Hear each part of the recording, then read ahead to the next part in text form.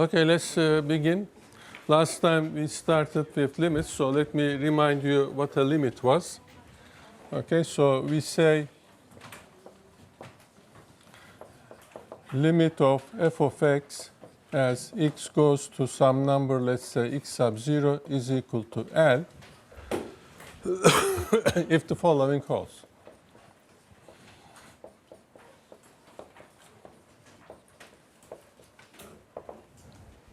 Okay. So no matter, so we are trying to check if the values of f are close to L. Okay, so for that we choose a degree of precision. So everybody is free to choose a degree of precision, and traditionally that value is called epsilon. Your tolerance, error margin is called epsilon. So no matter how small you choose, no matter how small and epsilon positive we choose. Okay. Now, corresponding to your tolerance, the function must obey a certain rule. What we expect is that around this point, the values of f will always be close to L, and the difference will not be larger than that. Again, traditionally, we for an interval around a point, we take a positive distance to this side and equal distance to this side. We call it delta. So you are allowed to move delta to this side and delta to this side of x sub 0, and you consider all the points inside. Okay. We can find, so no matter how small an epsilon we choose, we can find a delta neighborhood. Okay, neighborhood. So this is, let me spell this. Okay, so it's delta neighborhood. That is, this means the interval x sub 0 minus delta, x sub 0 plus delta, okay, such that, okay, so this is what we want now, such that for all x in this neighborhood, x sub 0 plus delta, but x different than x sub 0. So we are not, in the limit concept, we are not interested in what value the function takes at x sub 0. We have the difference between f of x and L is less than epsilon. Okay, so this is what we wanted. So in the picture, it turns out that, so picture for this. Okay, so suppose this is x sub 0.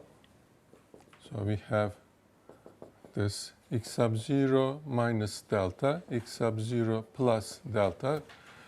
Here we have L. This is our tolerance, let's say. Let's make it large. L minus epsilon, L plus epsilon. Okay, and we look at this. Okay, so we look at the graph of y equals f of x. So inside this region, okay, so let's do this. The function may do something like this here. So let me again mention this part.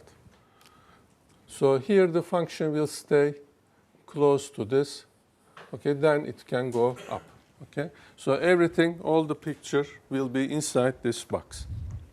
Okay, so here we have this box. Okay. Now, if you want to make this narrower, probably this thing will be narrower, and we'll again have a green box like this.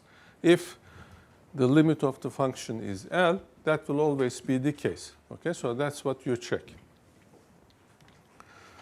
So here, important thing is we say the limit exists, so some terminology.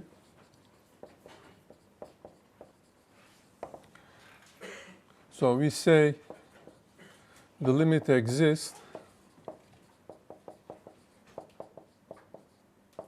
if L is a real number.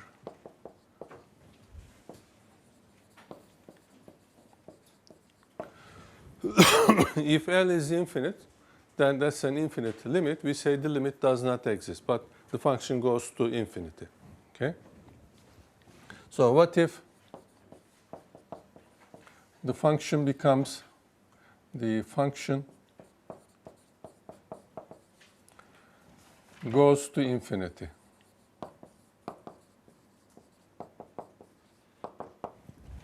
Okay? So we write limit as x goes to x sub 0 of f of x is infinite if the following holds.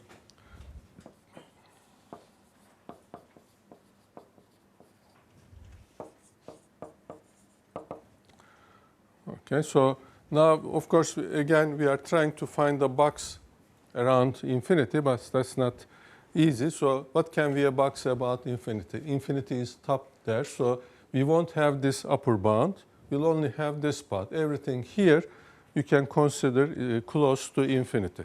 So no matter which lower bound you choose, the graph of the function will be above that, corresponding to some neighborhood here. Okay, so that's what we will write here. So no matter how large a number we choose,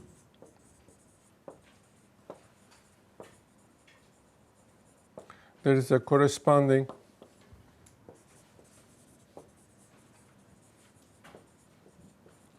delta neighborhood, okay, something like this, such that for all x in this neighborhood, x sub 0 minus delta, x sub 0 plus delta, but x different than x sub 0, we have, okay, so we have the function, the graph of the function here, so f of x is larger than f.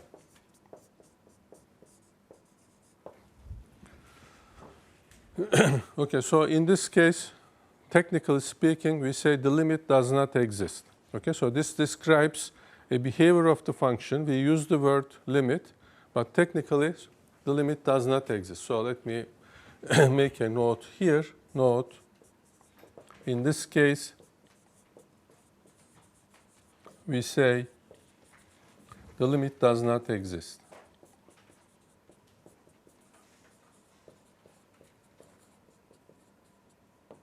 Okay, so it looks contradictory because we say the limit is infinite and then we say the limit does not exist. That's a terminology. What we mean here is that the limit is not a real number. Okay, so all the theorems we'll talk about limits are about real numbers. So infinity will not enter into those discussions. Okay, so what else do I have? Okay, so let's look at one-sided limits. So last time we checked this a little bit. Okay.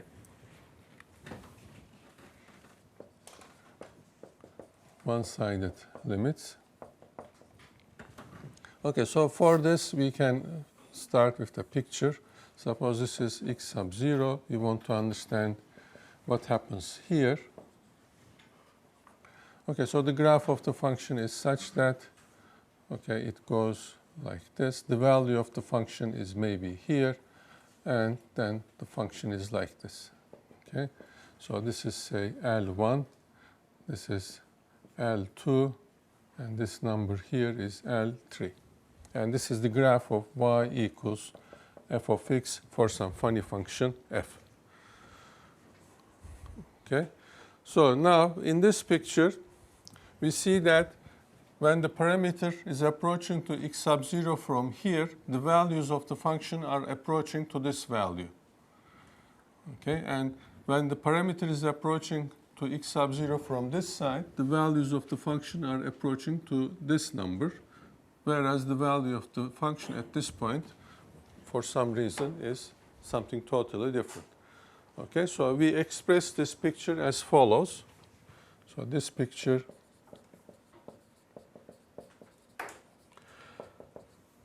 is expressed as follows.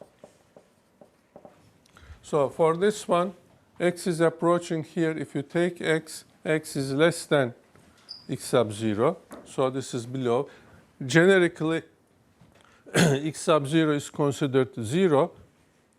Then these things are all negative. Okay? So limit as x approaches to x sub 0 from below. That minus reminds you that if instead of x sub 0, if I was using 0, all the allowed values for x are negative.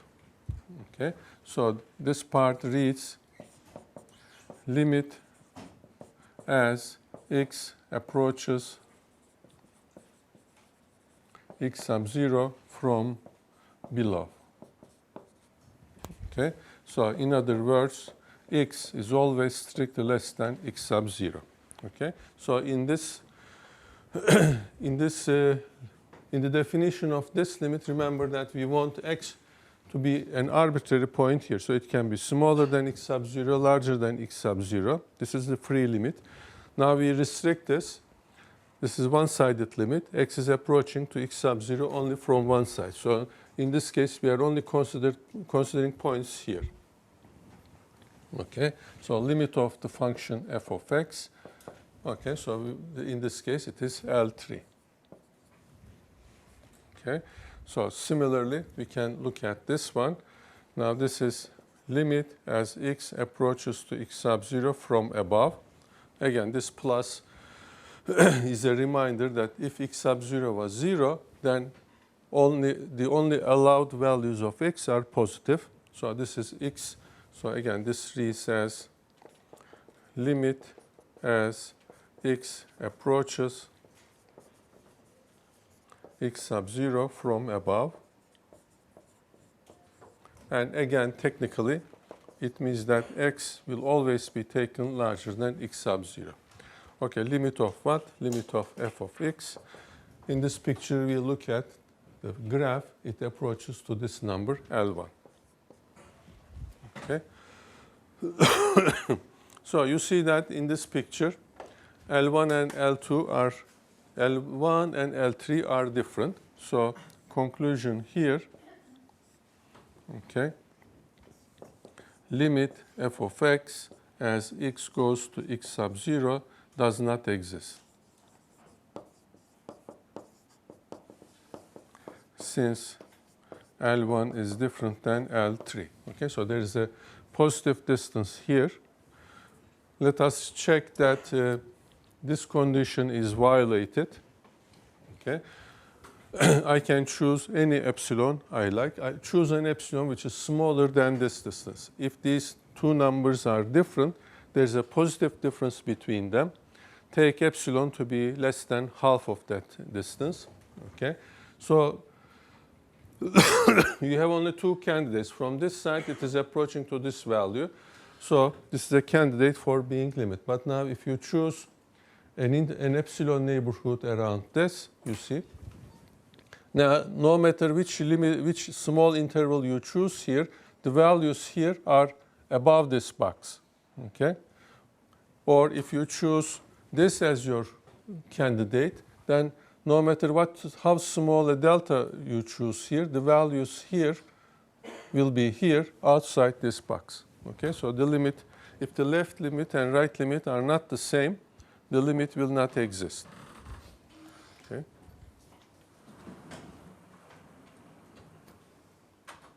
Okay. So the limit of a function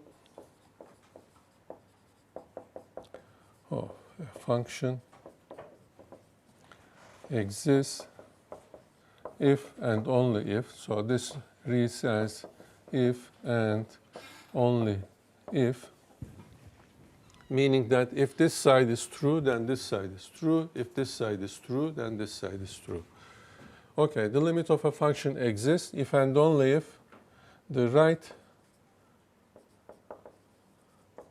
and left limits exist and are the same. Okay. So if the limit exists, obviously right and left limits exist because when you describe the limit, you don't mention the side. It can approach from either side. You can choose your point from either side. So once you have that information, now you say, okay, I'll only consider the points on one side. Okay, so you already know the answer. Okay, so that's why the right and left limits exist, and it's the same number.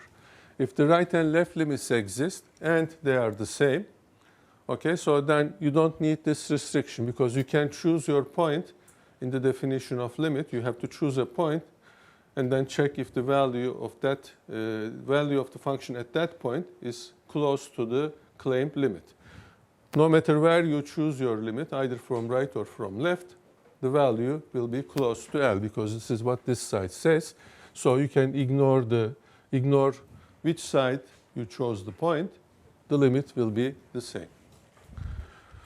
Okay, so this is these things are trivial conceptually, but in practice it is very helpful because when you say you are trying to calculate a limit, okay, x is free. But here, when you calculate these, you see you have one extra condition here, either this condition or this condition.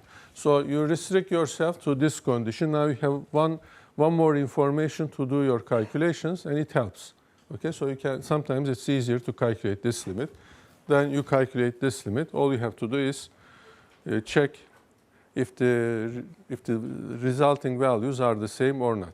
Maybe the limit, this is the left limit exists. You calculate the right limit does not exist. Then you check here, one limit exists, the other does not exist. So this side is not satisfied. Therefore, this side will not be true either. The limit does not exist. Okay, so these are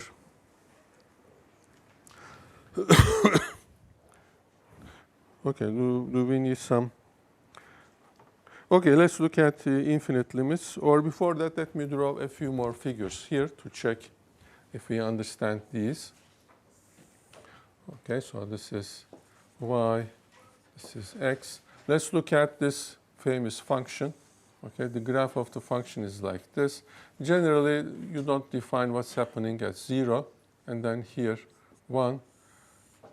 Okay, so this is the famous Heaviside function. It's a very simple function, but very useful. Okay, so this is y equals h of x, and this is equal to 1 if x is positive, 0 if x is negative. So generally, x is taken as time. You start measuring something here. When you are modeling here, of course, you have to tell that before you started, there was nothing. Okay? And then here you do something and action starts. Okay? So we don't care what happens here. This only represents that something started to happen. Okay, the limit of this as x goes to 0 is important. You see that left limit and right limit exist from the figure. Okay, the function is obviously approaching here and obviously approaching here, but they are different. So left and right limits exist. They are different. So the limit does not exist. Okay, so limit as x approaches to 0 from the left. Okay, so now this tells me that x is negative. H of x is equal to 0. Limit x approaches to 0 from the right. So I'll only consider positive x. So this part, h of x is equal to 1. They are different. So limit h of x as x approaches to 0 does not exist. Okay, so this is how we use left and right limit.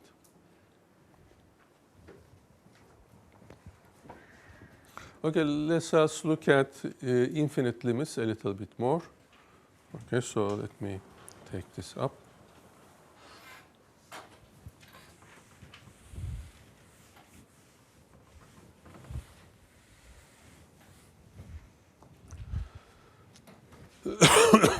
Okay, so let us look at, say, infinite limits.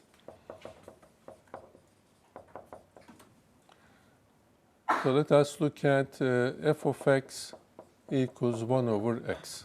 Okay, so we know the graph of this, x, y. So here it is negative and it goes like this. Here it is positive, it goes like this. Okay. Now first let us look at the limit at 0. Limit as x goes to 0 from the right of f of x. Okay. So we are trying to understand the behavior of this. No matter how large a number m we think of, there is a neighborhood here. In that neighborhood, the graph of the function is always larger than m. So this is infinite. On this side, it is minus infinite. Limit x goes to 0 from the left of f of x is minus infinite. Okay. Now the interesting thing is what happens when this x becomes larger. Okay. So we say limit as x goes to infinity. Okay. So here, okay, of f of x.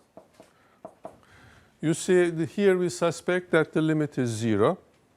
Okay. So this is how you apply the definition. If you are trying to find the limit by using the definition, you have to guess correctly the limit and then check if your guess fits into the definition. Okay, so far we are not developing any techniques of finding the limit. We'll do that later. Okay. So here we suspect that the limit is 0. So what does the definition say? Well, first we have to choose degree of tolerance. Okay, so let's say epsilon. Choose any epsilon. So I have to consider 0 plus epsilon and 0 minus epsilon. So this is my neighborhood of 0. Okay. So you see that in this figure I can choose this point, and from this point on all the values of f of x, in this case 1 over x, is in this band. Okay. So the picture also makes it clear that no matter how small I make these things, this line will intersect this y equals 1 over x curve at some point, and the curve will never go above this because of the nature of this particular thing. This is decreasing. Okay. So there is this number here. So I can safely choose some number, or maybe let us take this number here. So this number, in this case, let's call this m. Okay. So this limit is 0, means, okay, no matter how small an epsilon positive we choose, there is a number m such that for all x larger than m, for all values here, we have the value of the function x. Well, the function, in this case, everything is positive, but we are trying here to understand the general case. F of x minus 0, this 0 here, so this thing comes here, is less than epsilon. Okay, so this is a particular case, everything is positive, so we don't need absolute value sign. But now this observation tells us how we can generalize this. What does it mean to say that the limit of a function as x goes to infinity is equal to L? Okay. In general,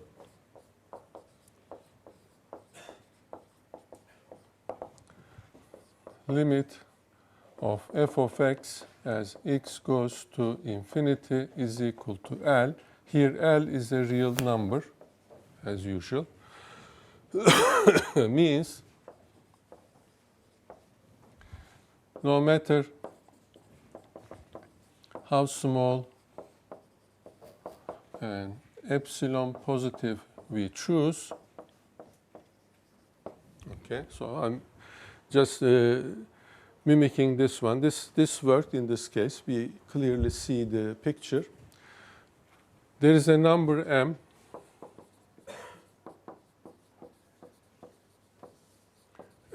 such that for all x larger than m, we have, okay, so it was a good thing that I noticed this 0 comes here. So this is going to be f of x minus l in absolute value is less than epsilon. Okay. So now we can play with these things. What happens if I put infinite here? When things go infinite, then instead of no matter how small an epsilon, I choose a number, large number, okay?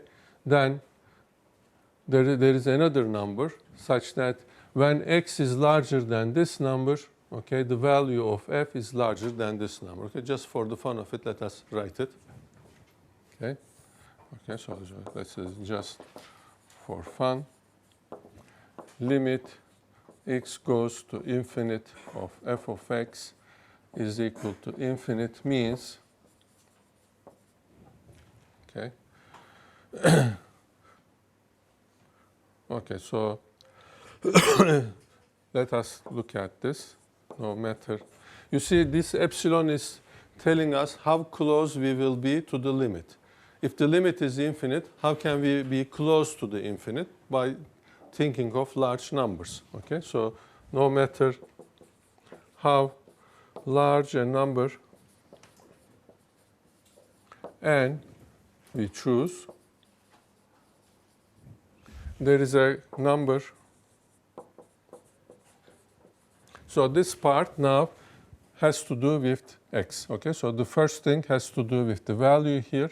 The second thing here has to do with x. So since this is x goes to infinity and x goes to infinity, I just mimic this part. There is a number m such that for all x larger than m. Now this line tells us that the values of f at those x satisfying this thing are close to the limit. Again, what does it mean for a number to be close to infinity? It is larger than a large number. Okay, so this is our large number. Okay, we have f of x is larger than our number n. Okay, so these are, so this is our tolerance. Okay, anything below that is away from infinity. So if you like, you can take even something larger to be closer to infinity. Okay, so that thing shows up here. Your tolerance, your measure that the function is close to infinity. Okay, so these are one-sided limits. Generally, so far, we are learning the concept. Okay, so we haven't yet done any techniques to calculate these things. Okay, so last time I mentioned limit laws. So let me go back to that. So using the definition of limit, we can calculate easily limit of the constant function as x goes to some place is equal to c. Okay, so this is the limit of a constant function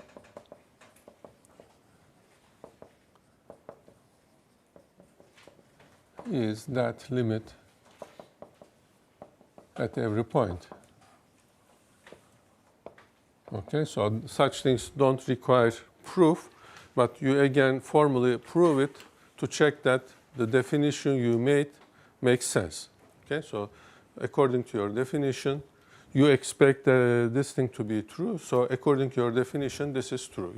That's very easy to check because you say take any epsilon you like, it doesn't matter. And then take any delta you like. Wherever you choose x, the value of f at x is c. The limit is c. C minus c is 0, so it is less than any epsilon you choose. So that's what I mean easily. Trivially, the definition of limit applies to this and tells you that the limit is c. Okay, and limit of x going to x sub 0 of the function x is x sub 0. Okay, so this is again true. In this case, choose any epsilon and set your delta to be equal to epsilon. So wherever you choose your x minus x sub 0 will be less than delta, because x minus x sub 0 is less than delta, but you choose your delta to be equal to epsilon. So it is automatically less than epsilon. You also draw the figure. The function y equals x is a straight line. Okay, so if you are taking a limit, it is approaching to the points on itself. So there is no problem. These are the two boring things. It turns out that if you only use the definition here, then prove the following boring theorem, then you can calculate the limit of a polynomial. Okay, as I mentioned last time, in order to appreciate that, write down a cubic polynomial or write down even a quadratic polynomial. And of course, its graph is nice. So you expect it's, you can guess what its limit to be at a certain point. But try to show that that is the limit using only the definition. Okay? You'll have a very hard time. But this boring theorem breaks things down so you can easily calculate the limit without doing any calculation. Okay, so let's say boring but useful theorem about limits. So this theorem says that if I know the limits of small things, I can put them together. It turns out that these two small things is enough to go very far away. Okay? So we start assuming that we know the limits of two things, so that we'll check how we can put them together. So assume I have limit as x goes to x sub 0 of a function equal to some number, and limit as x goes to x sub 0 of some other function equal to some number. Of course, I have to check the limit at the same point so that I'll put them together. Okay, so then limit of f of x plus g of x as x goes to x sub 0 is equal to L plus m.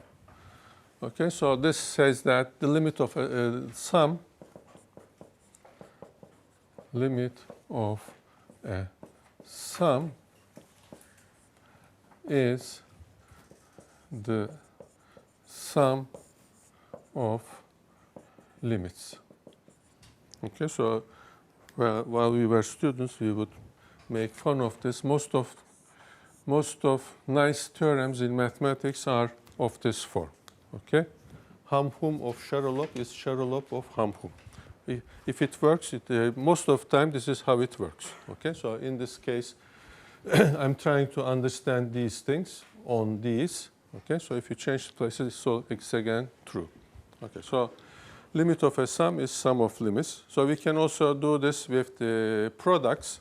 Okay, so 2 limit x goes to x sub 0 of f of x times g of x is equal to L times m. Okay, so in this case, instead of the sum, I have product. Okay, so product. So maybe I do this with the different color so that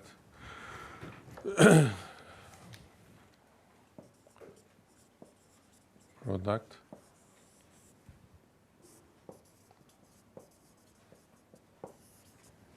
Okay, so limit of a product is product of limits, and we can divide them if it is allowed. Limit x goes to x sub 0 of f of x over g of x is equal to L over m. Of course, for this thing to make sense, first of all, m must be different than 0. Okay, if m is different than 0, and if the limit of g is m, there is a small neighborhood around x sub 0 where g is close to m, so g is different than 0. This division f of x over g of x may not make sense on the whole domain. But when you are close to x sub 0, there's a small neighborhood where g of x is no more 0. So you calculate this on that neighborhood, and the limit is L over m. So here we just write this, and when m is different than 0, so people don't attempt funny things. Okay, so this is then the ratio. Let's use Euclid's terminology and call this ratio. The limit of a ratio is the ratio of limits, provided that you are not dividing by 0, but I trust you, you won't do that. Okay, so what other things? Okay, so for limit as x goes to x sub 0, c times f of x is equal to cl, where c is a constant.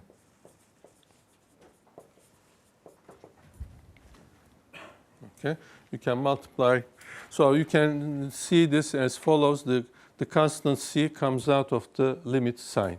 Okay, so if you want to calculate limit of a constant times a function, you can take this constant out. You calculate the limit of a function. That's how you see this as an operator. Okay, so it turns out that these are enough to do a lot of calculations. So for example, I can take c equals minus 1. Okay, so here instead of g, I can consider minus 1 times g. Then I know the limit of minus 1 times g from here. Then I can take their sum. So f minus g is L minus m. Of course, in the proof of these things, you have to use the definition of limit. Okay? In order to prove these things, if the limit of this is L, then, well, first of all, I want to show that this sum is close to this number. So I choose a tolerance epsilon in the definition. What do I know? Corresponding to that tolerance here, I have a delta for this one. I have another delta for this one. I take the smaller delta, etc., and apply it to this. Okay, so that's how you prove these things. You just use that definition of limit holds for this, the definition of limit holds for this. So you start checking if the definition of limit holds for this. Okay, so we won't do that, but that's where, for the last time, you use the definition of limit. Okay, so now you have these things.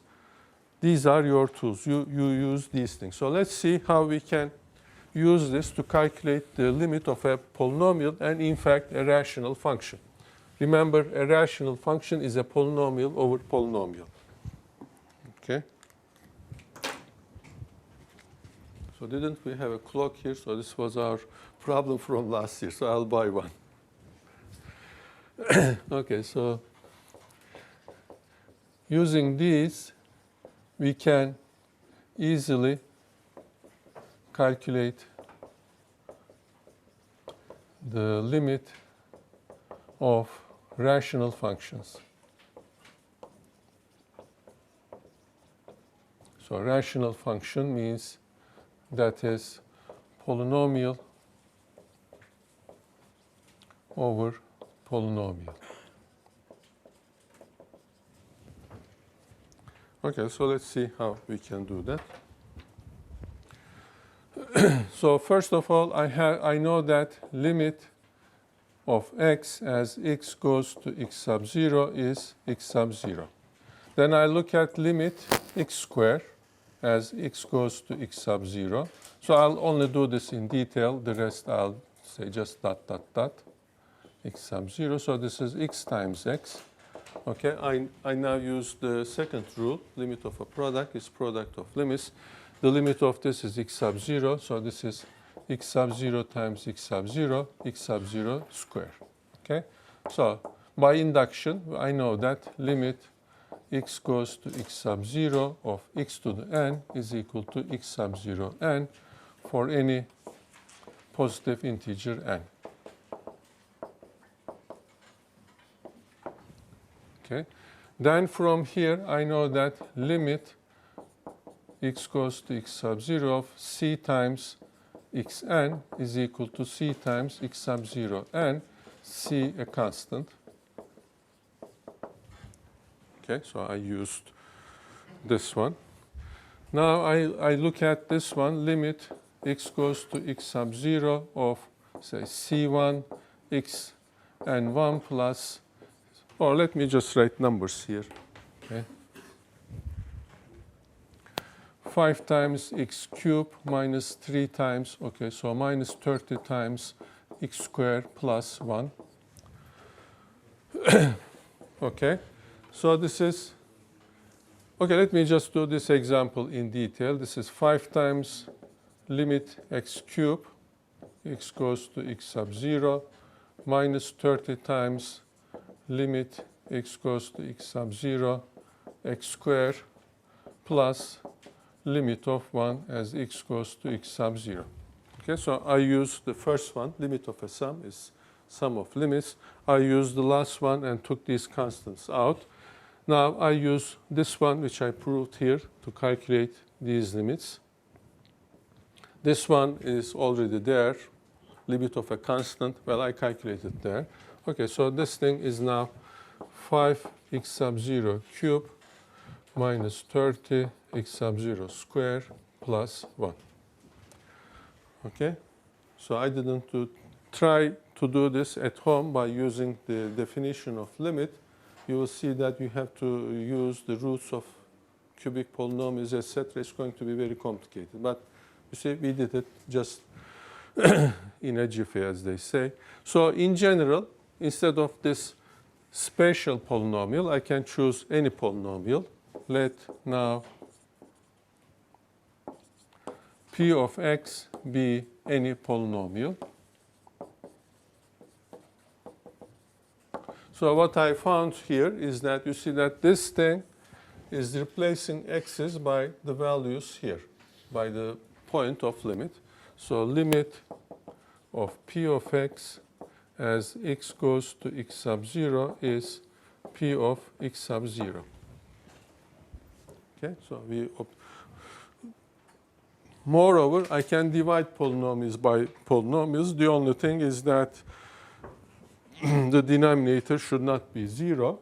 So what does it mean for the polynomial not to be 0? If x sub 0 is not a root of the denominator, I can calculate the limit. Okay, and finally, let p of x and q of x be polynomials, and q of x sub 0 different than 0. Okay, so I'm mimicking that m is different than 0 condition. Okay, then limit as x goes to x sub 0, p of x over q of x is, according to the rule, this is the ratio of the limits. So limit of this I calculated here. This is also a polynomial, so this is p of x sub 0 over q of x sub 0. Okay, so again, to appreciate the strength of this boring theorem, try to calculate the limit of, say, x squared plus 1 over x cubed plus 1 at a certain number.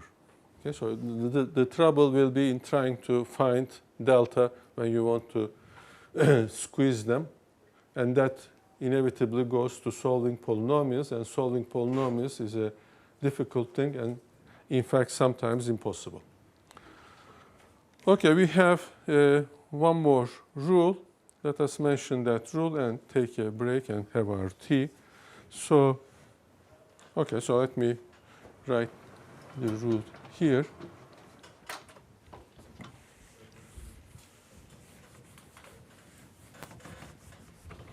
Okay, so another rule.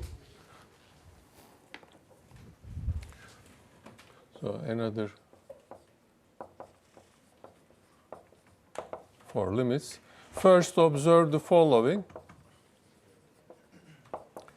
that limit of f of x as x goes to x sub 0 equals L is equivalent to saying that, so this thing is equivalent to saying that limit as x goes to x sub 0 of the function f of x minus L. Okay, f of x minus L is another function. So the limit of this is 0, right? Why do we observe this? Because you use this in the proof of the following. Okay, final rule. So we had, so final rule 5, limit of f of x to the power 1 over n as x goes to x sub 0 is equal to L 1 over n. When limit f of x, well, this is the continuation of the rules, so this part I will not say. Let me instead say when both sides make sense. Okay, so we write this instead of listing all exceptional cases. If f of x or L is negative and you are trying to find the square root of that, okay, so we don't want to do that, so that case we don't consider. If these are positive or negative, doesn't matter if you are taking odd roots, okay? And if you are taking even roots, L must be positive and we must restrict f of x to a close neighborhood so that it's also positive, okay? So when both sides make sense. So why did I make this observation? In order to prove this, you have to consider the limit of this minus this. Instead of trying to prove this, you take the function f of x to the power 1 over n minus ln. So you have to show that the limit of that is equal to 0 using the definition of limits. Okay, so we are not going to make the proof, but I want to be precise. So with this thing, now you can take roots of rational functions. So, but that's as far as we can go without learning derivatives. Okay, let's take a break. We'll continue. Any questions so far?